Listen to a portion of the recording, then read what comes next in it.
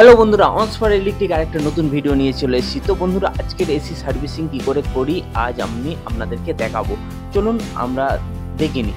তা প্রথমে আমরা পিসিবি বোর্ডকে আমরা খুলে নিচ্ছি। তারপর যে ভেতরে রোলার আছে, রোলার আর মোটর আমরা খুলে নেব।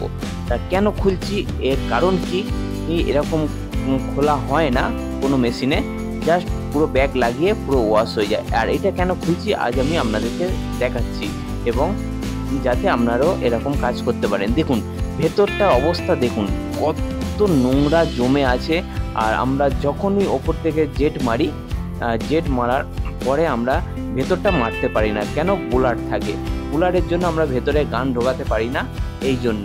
তাই জন্য আমরা পুরো বুলারটাকে খুলে নিলাম, খুলে আর ভেতরে যা নোংরা আছে পুরো একদম ডিপ ক্লিন করে দিলাম, একদম পুরো চাকাচাক পরিষ্কার করে দিচ্ছি। উপর থেকে নিচ পর্যন্ত যা নোংরা ছিল সব নোংরা পরিষ্কার করে বার করে দিলাম।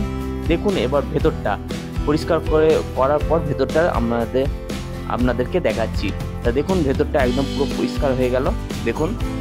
আর অল্প টুকটাক যে ময়লাটা আছে তার জন্য আমরা ফর্ম ইউজ করব। তা এই ফর্মটাকে আমরা মারলে পুরো একদম ভেতরে যা নোংরা, একটুকুও নোংরা থাকবে না এই ফর্ম মারলে। আর সম্পূর্ণ একদম ক্লিয়ার হয়ে যাবে, নেট ক্লিন হয়ে যাবে 100%। এই ফর্ম মারলে পুরো পরিষ্কার হয়ে যাবে, কোনো নোংরা থাকবে না। তা এই ফর্মটা মারার পর আমরা এই ফর্মটাকে 10 মিনিট আমরা ওয়েট করব। 10 মিনিট ওয়েট করার পর আবার জেট মারবো, জেট মেরে ভালো করে একদম ক্লিন করে দেবো, যাতে কোনো অসুবিধা না হয়। দেখুন আবার আমরা একে জেট মারছি, জেট মেরে এই সমস্ত যা ফেনা আছে সব ফেনাকে পুরো পরিষ্কার করে দেবো, যাতে একটু ফেনা না থাকে। আর এই কারণে করছি যাতে এর মধ্যে যে নোংরা ছিল সেই নোংরাটা যতবার সার্ভিস করা হতো সেই ঝাপার ঝাপার আওয়াজ হতো। তার জন্য এইটাকে আমরা করছি, পুরো খুলে ক্লিয়ার করে দিচ্ছি। আর যে ভেতরে কুলারটা ছিল, কুলারটাকেও আমরা ফর্ম মেরে দিচ্ছি। যে ফর্ম মারার সময় যে কত নোংরা বেরোয় সেটা আপনাদেরকে দেখাচ্ছি। 1 মিনিট দাঁড়ান, দেখাচ্ছি। দেখুন এটাকে পুরো ফর্ম মেরে দিলাম। এবার দেখুন নোংরাটা, দেখুন নিচে যে নোংরাগুলো কালো কালো নোংরা ভাসছে, ওটা ফর্ম মারার পর ভাসছে। তার আগে আমরা জেট মেরেছিলাম, জেট মারতে যা নোংরা বেরিয়েছে, তারপর ফর্ম মারার পর সেম নোংরা বেরোলো। তারপর এবার এই পিসিবি বোর্ডটাকে আমরা জেট মারতে পারি না, কেন এটা ইলেকট্রনিক্স জিনিস।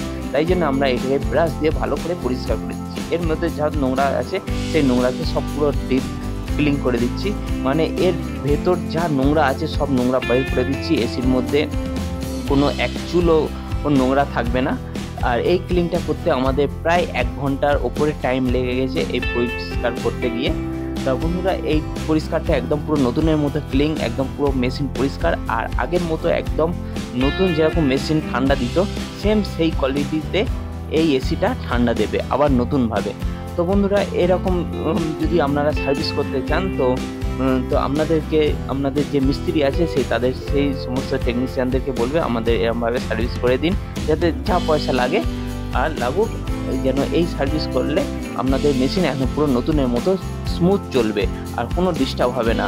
আর কারেন্ট ইলেকট্রিসিটি খুবই কমে যাবে, যা আগে যা কারেন্ট ফুটতো তার চেয়ে অনেক কমে যাবে। তো আমাদের পুরো লাগানো কমপ্লিট হয়ে গেছে, মানে পুরো পরিষ্কার করা কমপ্লিট। এবার সমস্ত ফিটিংস করে দিচ্ছি, দিয়ে এবার চালাবো। তো চালিয়ে আপনাদেরকে দেখাবো। তো বন্ধুরা, ভিডিওটা ভালো লাগলে অবশ্যই আপনারা লাইক, শেয়ার, কমেন্ট করুন। আর চ্যানেলকে সাবস্ক্রাইব করে নিন, আর পাশে থাকা বেল আইকনটা প্রেস করে দিন এরকম নতুন কাজ শিখতে চাইলে।